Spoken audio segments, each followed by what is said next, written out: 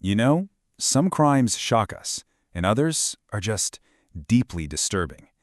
But then, there are the ones that leave a scar on an entire country.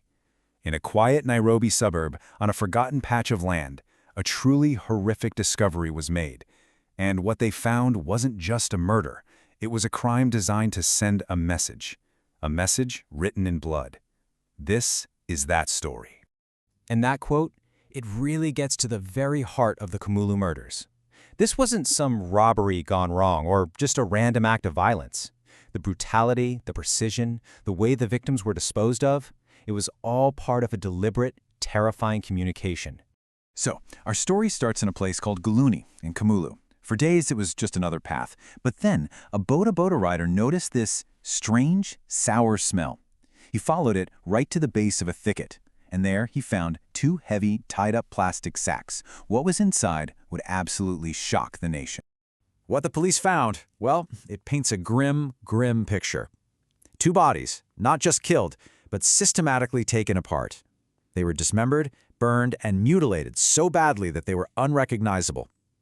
Investigators could only identify one of the victims, Rachel Kanini, by a single bracelet she was wearing and a faded tattoo.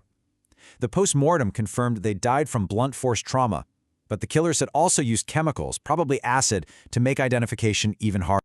So who were the victims of this brutal execution? We have to move from the crime scene to the people themselves, because they lived really complex lives, both online and off. Let's talk about Rachel Kanini, the influencer, and her Nigerian partner, Bonger Olojobi, who was known on the streets as Omodollar.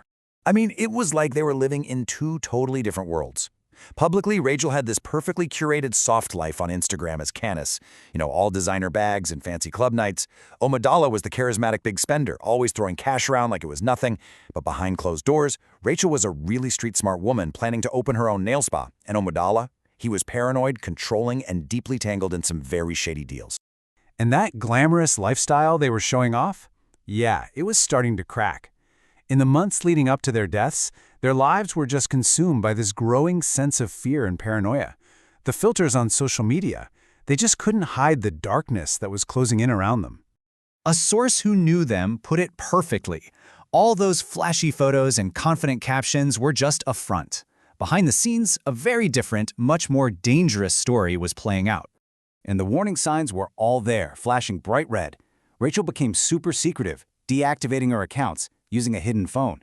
Omodollar was so paranoid he was sleeping with a machete, convinced that a lost shipment had made a marked man. And just before she vanished, Rachel confessed to a cousin that she needed to disappear. They both knew they were in serious, serious trouble. All that fear, it all built to a breaking point on their final day. The events of June 25, 2023, they read like a chilling, minute-by-minute countdown to a meticulously planned ambush. The timeline is just terrifying in how precise it is.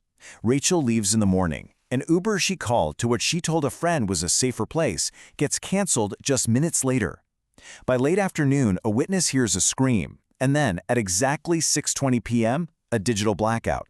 Both of their phones are wiped and vanish from the network at the exact same time. Hours later, an unmarked car is seen leaving their estate in total darkness. They were lured into a meeting, probably thinking it was just business as usual. But they walked straight into a trap, and they never walked out. Which brings us to the big question. Who said it? Let's be really clear here. This was not a crime of passion. This was a professional hit, executed with surgical precision. The killers were meticulous. They erased every single track, both digital and physical. You can almost see their playbook, right? First, lure them somewhere secure. Second, wipe their digital footprint in one coordinated move. Third, destroy any way to physically identify them. And fourth, dump the evidence far, far away from where it happened. Investigators were certain they were not dealing with amateurs. So, with the official investigation basically going nowhere, you know what happens. The streets start talking. 3 main theories bubbled up, and each one paints a really chilling picture of why Rachel and Omodollar were targeted so brutally. Okay, so let's start with theory number 1, the one you hear the most. It all revolves around Omodollar's shady business world. Was this whole thing just a high-stakes deal that went south? Word on the street, from people who claim to know, is that a massive shipment, we're talking either cash or goods, went missing on Omodollar's watch. The debt was rumored to be as high as 40 million shillings. So, in this version, the execution was a cold, calculated message to everyone else in the syndicate. This is what happens when you cross us. And Rachel, she was just tragic. Collateral damage. But what if it wasn't about the money at all? What if the motive was something way more personal? The second theory suggests this was actually a crime of passion, just disguised as a gangland hit. Now, there are these whispers, right? That Rachel had a really messy breakup with a powerful ex-boyfriend who had warned her not to date a foreigner. So could her murder have been an act of jealous revenge?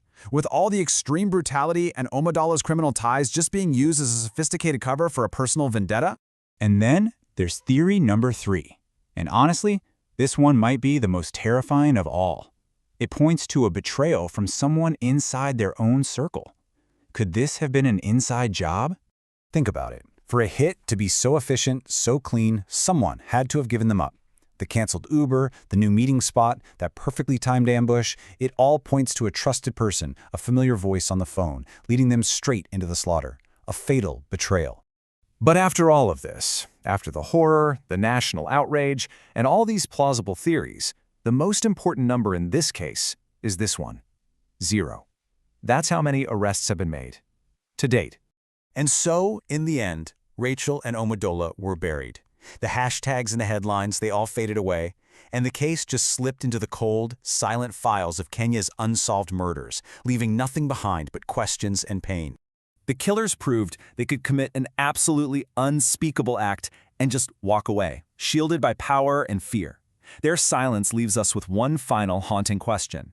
In a case where no one is held accountable, what does that silence really tell us about the nature of justice?